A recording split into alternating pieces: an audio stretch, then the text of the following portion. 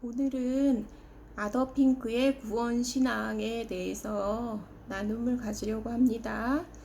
우리는 이제 죄에 대한 깊은 깨달음 없이 복음을 들어도 된다. 그리고 이제 주 예수를 믿으라. 그리하면 너와 내 집이 구원을 받으리라. 이 말씀만 이제 받아들이면 된다. 영접하면 된다. 이제 이렇게 알고 있는데, 죄에 대한 내가 죄인이라는 깊은 깨달음이 없는 것은 마치 밭을 갈지 않고 씨를 뿌리는 것과 같아요.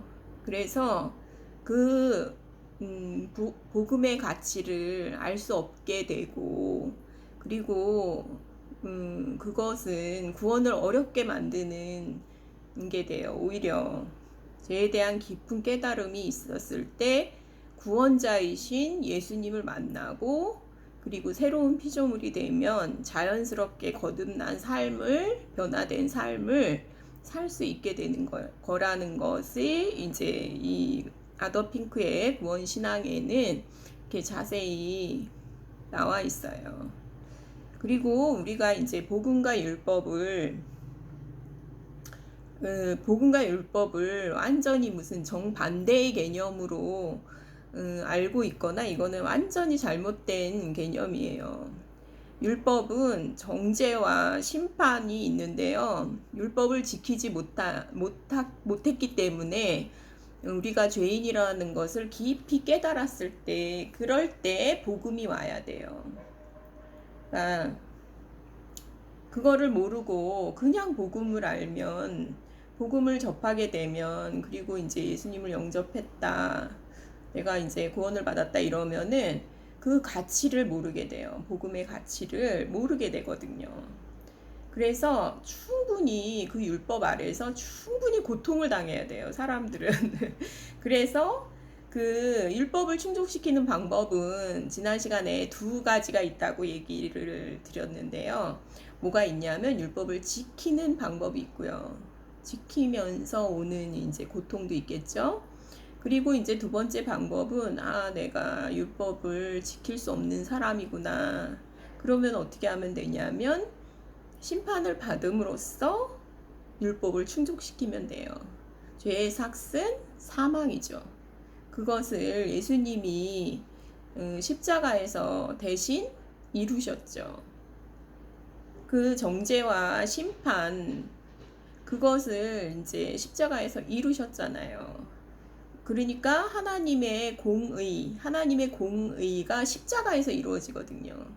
그리고 십자가에서 또 이루어지는 것은 사랑이 이루어지죠. 그리고 이제 우리에 대한 사랑이 십자가에서 이루어지는 거죠. 그러니까 공의와 사랑을 십자가에서 다 만족시키셨거든요, 하나님께서. 그러니까 이제 그것을 이해를 해야 된다. 그 다음에 그것을 복음을 받아들여야지, 그냥 주 예수를 믿으라. 그리하면 너와 내 집이 구원을 받으리라. 이 말씀을 내가 믿었잖아, 구원을 받았잖아, 이렇게 하면 안 돼요. 그러면은 밭을 갈지 않은 땅에 씨를 뿌리는 것과 같아요. 아무 소용이 없는 거죠. 성경 해석의 원칙은 문맥이에요. 왜 성경에 그 말씀이 있는데 그 말씀을 내게 적용하면 안 됩니까? 근데 문맥을 봐야 돼요. 그러니까 빌립보 간수가 받은 말씀이거든요. 이 주 예수를 믿으라. 그리하면 너와 내 집이 구원을 받으리라. 사도행전 16장 31절 말씀이거든요. 빌립보 간수가 받은 말씀인데요. 이 말씀은 이런 맥락에서, 이 빌립보 간수는 이러한 맥락에서 이 말씀을 받게 되는 거예요. 첫째는 그는 하나님의 기적을 목격했어요.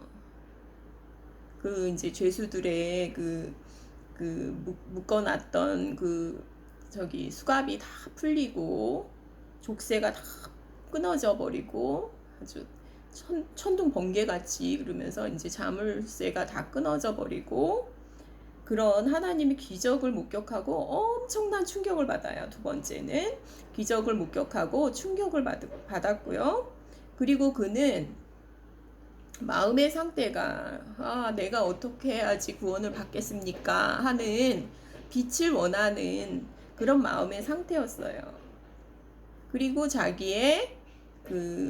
자기가 자기를 믿고 살았던 그 모든 그 자아에 대한 신뢰가 깨어진 그런 상태였고요. 그리고 엎드린 상태였어요. 하나님에 대한 태도. 그러니까 하나님에 대한 태도가 엎드린 상태였거든요. 내가 어떻게 해야 됩니까? 구원을 받으려면 어떻게 해야 됩니까?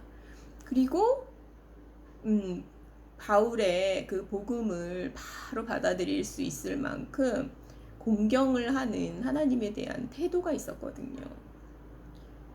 그럴 때 그 말씀을 딱 전했더니 바로 이제 거듭나는 빌립보 안수가 거듭나는 그런 하나님의 역사가 이루어지는 거거든요. 그러니까 회개의 메시지를 전하는 세례 요한의 사역도 우리가 기억을 해야 돼요. 오늘날 구원받지 못한 사람들은 복음과 함께 율법을 통해 죄가 무엇이고 어떻게 죄로부터 벗어나는지를 분명히 깨달아야 돼요. 그러므로 율법의 행위로 그의 앞에 의롭다 하심을 얻을 육체가 없나니 율법으로는 죄를 깨달음이니라. 로마서 3장 20절. 그래서 자기가 죄인이라는 것을 깊이 깨닫지 않은 사람에게는 복음이 쓸데없는 거예요. 땅을 갈지 않고 씨앗부터 뿌린다면 시간 낭비라는 거죠. 육적 욕망에 사로잡힌 사람에게 그리스도가 베푸신 구원의 공로를 전하는 것은 돼지에게 진주를 던지는 것과 같은 행동이에요. 자신의 정욕과 죄에서 구원, 지옥의 불못에서의 구원을 그렇게 값없이 주면 안 되죠. 그래서 예수님은 뭐라고 말씀하셨냐면 건강한 자에게는 의사가 쓸데없고 병든 자에게라야 쓸데있느니라. 마태복음 9장 12절. 그러니까 죄를 깊이 뉘우친 적이 없는 사람이 그리스도에 의해 구원받을 수 있다는 그런 말씀만 전하면 구원받을 수 있다는 그런 생각은 잘못이에요. 구원의 의미는 죄의 권세로부터의 해방, 죄로 인한 수치와 형벌, 거룩함의 원칙, 죄를 사랑하는 마음으로부터의 구원을 의미해요. 그러니까 돌아서는 거예요, 거기서. 오늘날의 복음은 은혜로 값없이 받는 것이다. 이렇게 이제 얘기를 하는데 그렇지 않아요. 철저하게 이 세상에서 내가 희망이 없구나. 세상 끝에 나타나셨다 하셨거든요. 예수님이 세상 끝에 나타나셨다 하셨거든요. 그렇기 때문에 그 철저한 죄에 대한 깨달음, 그러니까 자기의 모습, 그것을 알지 못하면 복음은 아무 소용이 없는 거죠. 그 다음에 은혜로 값없이 얻는 것이다. 오늘날의 복음이 잘못된 것은 가만히 있어도 된다. 그저 믿기만 하면 된다. 이것은 변질된 복음이고 거짓말이고 구원을 모욕하는 것이고요. 진지하지 않은 것이고요. 은혜는 죄와 타협하지 않습니다. 그러니까 여전히 내가 은혜지 하면서 죄를 사랑하면서 사는 것을 구원이라고 하지 않는다는 거예요. 자신의 죄를 깨닫고 빈손을 주님께 내미는 사람에게 주어지는 선물이 구원이지 자기 손으로 세상을 부여잡고 있는 사람에게 주어지는 선물이 구원이 아니라는 거죠. 탕자는 어떤 상태였냐면 돼지가 먹는 쥐염 열매를 먹고 있는 상태였고요. 비참한 상태였고요. 아버지 집에 돌아올 때 그는 죄인의 행동을 취하게 돼요. 죄인의 행동을 취하죠. 왜냐하면 죄인이기 때문에요. 그걸 깊이 깨닫고 돌아오는 거예요. 그랬을 때 구원이 이루어지죠. 아버지께서 마중 나와서 입 맞추시고 가락지를 끼워주시고 옷을 입혀주시고 신발을 신기시고 이게 이제 은혜지. 세상에 대한 것을 잔뜩 부여잡은 사람에게 주어지는 선물이 아니에요. 구원은. 그 다음에 탕자는 아들로서 이제 살았을 거예요. 돌아와서 아들로서 살았을 거죠. 이 믿는 것과 믿음의 행위를 요구해요. 구원이라는 것은 믿는 것과 믿음의 행위를 요구해요. 그래서 예수님께서 너희도 만일 회개하지 아니하면 다 이와 같이 망하리라. 누가복음 13장 3절. 죄에 대한 회개, 그리고 회개하고 복음을 믿으라. 이렇게 되어 있죠. 구원의 순서는 회개하고 복음을 믿으라. 이 회개라는 거는 지난번에도 말씀드렸지만 길이 바뀌는 것을 얘기하고요. 방향이 바뀌는 것을 얘기해요. 악인은 그의 길을, 불의한 자는 그의 생각을 버리고 여호와께로 돌아오라. 그리하면 그가 긍휼히 여기시리라. 이사야 55장 7절.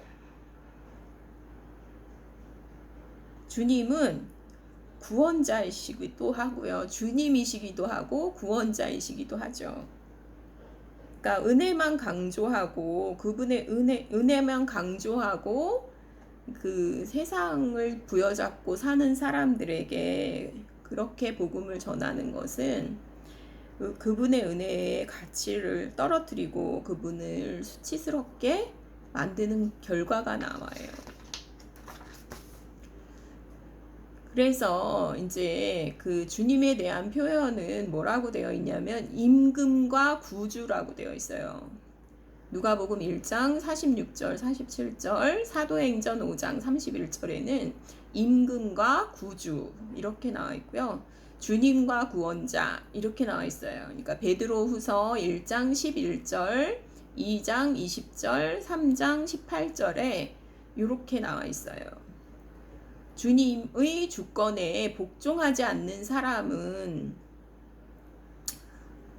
구원을 받을 수가 없죠. 이 사람이 우리의 왕됨을 원하지 아니하나이다. 누가복음 19장 14절. 그 악한 사람들이거든요. 구원을 받을 수 없거든요. 왕됨을, 주님의 왕되심을 원하지 않는 사람들은 악한 사람들이라고 하셨거든요.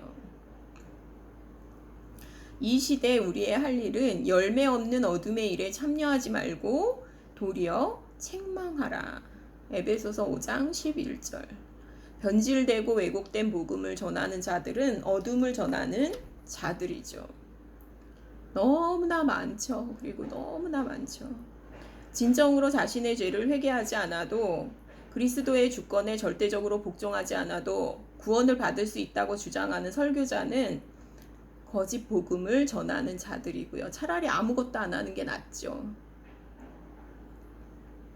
이제 저는 이제 세상이 망하는 것을 이제 제가 좋아하는 고미숙 씨는 담론을 구성할 수 없어서 세상이 망한다. 이렇게 이제 얘기하더라고요. 그 이제 지식인이 그 전체의 모습을 보고 담론,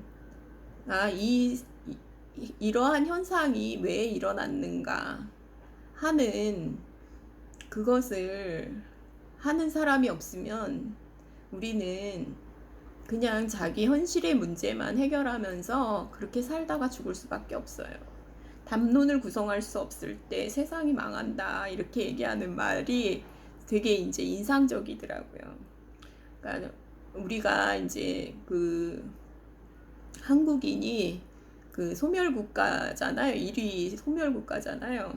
왜 그러냐면 인구가 없으니까요. 인구 절벽에 출산율도 이제 전 세계에서 가장 낮고, 그 원인이 뭐라고 생각해? 이렇게 이제 누가 물어보더라고요. 근데 저는 이제 뭐라고 얘기를 했냐면, 그거는 뭐 어떤 그 복지 혜택을 준다거나 돈을 준다거나 음, 뭐, 뭐 휴가를 준다거나 그래서 해결될 수 있는 문제가 아니에요. 그러니까 자기 이익 때문에, 편리함과 자기 이익을 추구하는 그것 때문에 출산율이 저하되는 거거든요.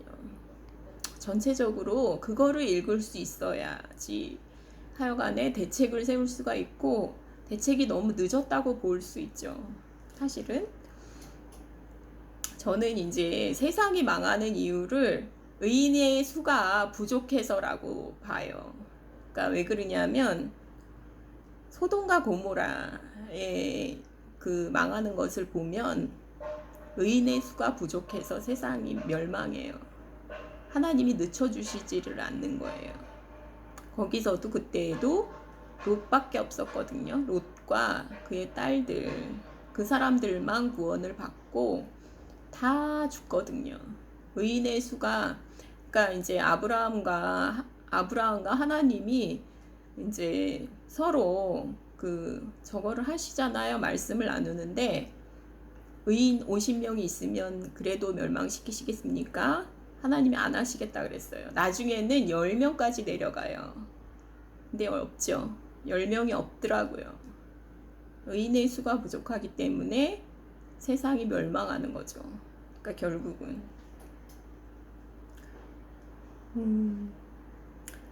그리고 이제 그 저는 이게 이제 김구 선생님은 이제 뭐라고 얘기를 했냐면, 사람들이 교육이 없기 때문에, 그래서 이제 교육을 굉장히 강조를 했어요. 교육이 일자무식이기 때문에 물이 아래로 흐르는 것과 같이 자기 이익을 쫓고, 그렇다. 우리 국민들이 일제강점기가 되고 그 이유가 물이 아래로 흐르는 것과 같이 자기 이익을 쫓는, 무식하기 때문에 그런 결과가 왔다. 그러면서 공부를 이제 강조를 했죠. 교육을 강조를 했는데, 그 교육은 이웃을 배려하고 다른 사람들을 배려하기 위해서 공부를 하는 것이다. 그러면서 너무 멋진 말을 하시죠. 우리의 부력은 우리의 생활을 풍족히 할 만하고, 우리의 강력은 남의 침략을 막을 만하면 족하다. 이런 말씀을 하셨죠. 그래서 이렇게 멋진 분이시기 때문에 이분을, 그러니까 이제 민족 지도자로 그렇게 하면서 그랬던 거예요. 그러니까 이게 가장 기본이 되는 거예요. 그 멋진 말을 이제 하여간에 그 지식이 필요하죠. 하나님의 백성들도 지식이 필요하거든요. 그러니까 거의 구분이 안 되거든요. 그러니까 교묘하게 그 거짓 선지자들을 조심하라 그랬는데, 그 교묘하게 말을 하면 그냥 다 흘러가 같이 그냥 따라가 버리거든요. 그리고 이제 외모를 취하죠. 그 외모라는 거는 뭐냐면은 자격증이죠. 아, 저분 훌륭해.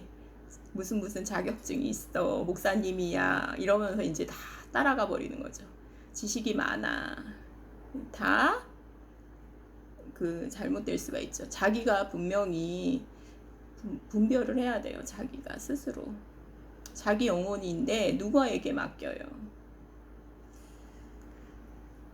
그리고 이제 제가 좀 이제 그 블로그나 이제 이런 활동을 하면서 김성수 목사님에 대해서 이제 좀 글을 썼더니, 어떤 분이 이제 저한테 뭐라 그러냐면 김성수 목사님의 설교를 다 들어보고서는 제가 저걸 분석을 해야 된다는 거예요. 저는 이제 어떻게 했냐면 그분의 설교를 다 들은 어떤 형제님이 계셨거든요. 이제 돌아가신 것 같은데 그 형제님이 다 듣고 자기가 속았다는 것을 안 거예요.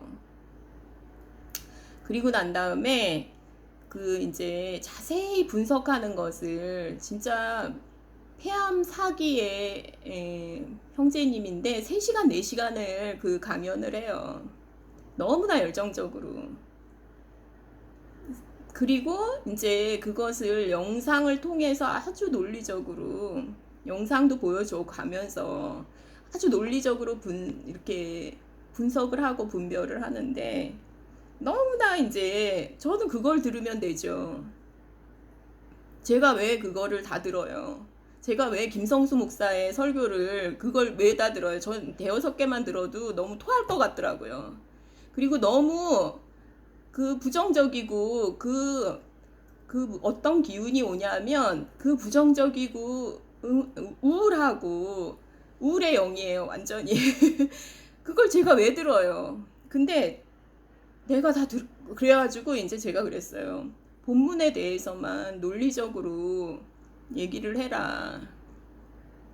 내가 왜 그거를 다 듣고 분석을 해야 되냐. 내 블로그에다 글을 쓰는데 내가 맘대로 못 쓰냐. 그러면은 본문에다 쓴 거를 가지고 이분들이 얘기를 해야 되는데 내가 김성수 목사의 설교를 다 들어야 된다는 거예요. 말이 돼요, 그게? 제가 1년 6개월을요, 전철구 목사님 말씀을 그거 듣고 있어도요, 그 속에 파묻혀 있으면요, 그 형제님이 저는 이해가 가더라고요. 김성수 목사 속에 서머나교회 말씀을 거의 전부를 다 들었대요. 그리고 난 다음에 세월을 낭비한 거예요. 그분이 폐암 사기여서 그렇게 아픈데도 불구하고 그 반박하는 그런 영상을 그렇게 만들어준 게 저는 너무 감사하고 지금도 영향력이 엄청나요. 그 김성수 목사가 똑똑하고 천재잖아요, 거의. 언어를 가지고서네 막 자기 마음대로 해석하고 엉뚱하게 해석하고 하는 거를 무비판적으로 목사들도 막 듣고 많은 사람들에게 영향을 미쳐요. 저의 블로그는 영향력이 없어요. 근데 왜 그런 글을 쓰냐고 그러더라고요. 전 너무 눈물이 나요. 근데 이제 이 형제님이 진짜 세월을 낭비하고 난 다음에 자기가 그것만은 하고 싶었던 거예요. 그래서 이제 그 김성수 목사님을 이제 욕하는 거 없어요. 그냥 분별하는 거예요. 분석하고 설교를 말씀을 분석해서 딱 정리를 해주더라고요. 그걸 제가 이제 다 전 강의를 다 들었어요. 저 그분의 전 강의를 진짜 존경하는 마음이 생기고 전 강의를 다 들었어요. 저는 진리를 그냥 자기가 추구하면 되지 왜 저렇게 누구에 대해서 반박을 하지? 저 그렇게 생각했는데요. 그게 필요해요. 반박하는 사람이 필요해요. 왜 그러냐면 많은 사람들이 반박하지 못하고 그냥 막 따라가거든요. 근데 지식이 있어야 반박을 하죠. 근데 반박하지 말고 그냥 진리만 추구해라.